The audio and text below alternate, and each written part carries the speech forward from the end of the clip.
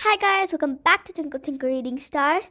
Today we're going to be reading E.T The Extra-Terrestrial. It was the week before Halloween. Elliot wanted to play with his brother Michael, but Michael said no. Come on guys, Elliot pleaded. I can fight goblins too. Just go get the pizza, Michael said.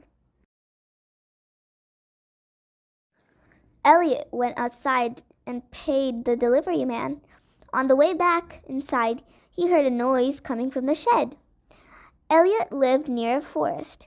Sometimes coyotes wandered into the shed, but these footprints didn't look like coyote tracks. And coyotes don't roll balls to kids. It definitely wasn't a coyote. Elliot tried to tell his family. There's a goblin in the shed, a real goblin. Where's the pizza? Michael asked. No one believed Elliot's story. The next day, Elliot went beyond the shed and into the woods to look for the goblin. He saw people with strange equipment searching for something. Were they looking for the goblin too? If they found it, what would they do to it? Elliot had to find the goblin first. That night, after everyone was asleep, Elliot left a trail of candy from the shed into the house, up the stairs, and into his room. It turned out the goblin liked candy. The next day, Elliot introduced the goblin to Michael and to his little sister Gertie. Michael and Gertie quickly realized what Elliot had learned the night before. The goblin was very kind and smart.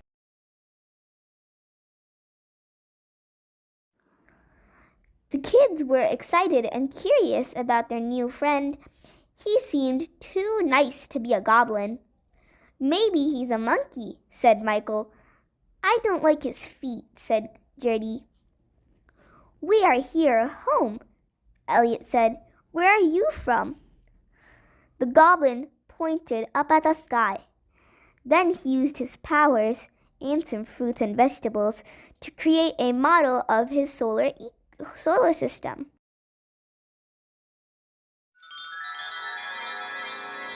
The goblin wasn't a goblin at all. He was an extraterrestrial, an alien from another planet. Elliot called him E.T for short. Meanwhile, the people looking for E.T were getting closer. The next morning, the kids went off to school. Their mom was leaving for work and she heard a noise coming from the closet. But when she opened the door, all she saw were stuffed animals.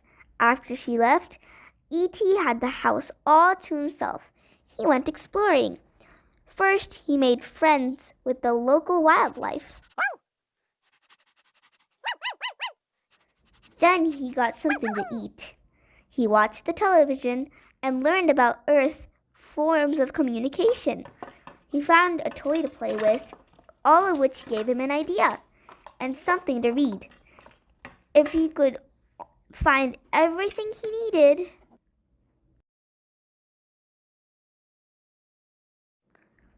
when Gertie came home, she taught E.T the alphabet. B is for balloon, she said. B, E.T said. Yes, Gertie said. B, good. Elliot got home not much later and found E.T in his closet. Gertie and E.T were playing dress-up together. Elliot, E.T said.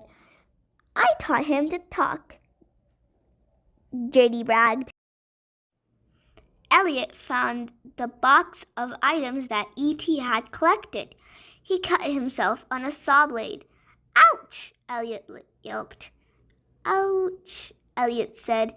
His finger began to glow. Elliot touched his fingertip to Elliot's, and the cut healed. Then E.T showed Elliot and Gertie a drawing of something he wanted to build. It looked like a radio. Phone home, E.T said. E.T. worked on his radio all night. Meanwhile, the people who were looking for E.T. were getting even closer. E.T. wanted his family to find him and take him home. But he had to hurry. E.T. wasn't meant to live on Earth. He was starting to feel sick. The next day was Halloween.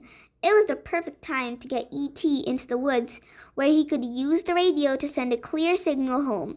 Michael and Elliot pretended that E.T. was dirty. Off they went into the streets in broad daylight. No one suspected a thing. Some of the costumes made E.T. think of home. Away from the other trick-or-treaters, Elliot and E.T. got on Elliot's bike and headed into the woods. When the ride got too bumpy, E.T. took over.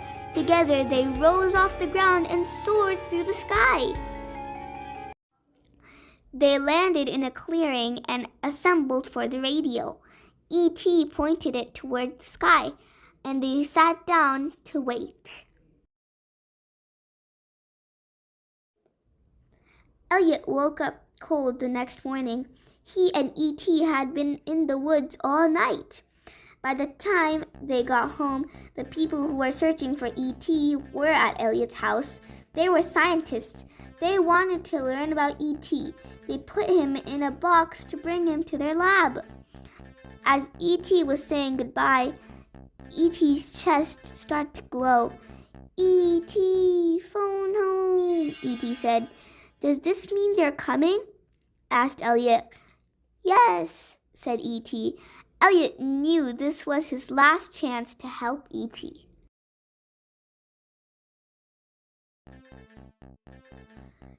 While the scientists were busy packing up their equipment, Elliot and Michael snuck E.T. out of the house. Michael's friends brought their bikes, and they all raced to the woods. The scientists chased them.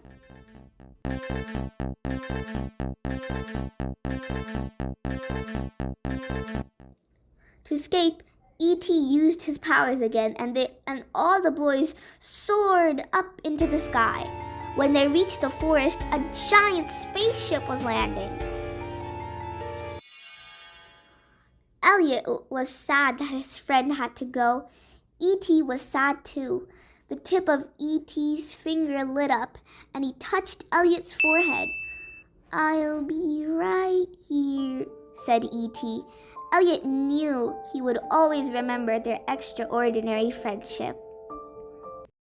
Amazing. I loved how adorable this book was, and I suggest that all you guys check out the movie as well. The movie is amazing.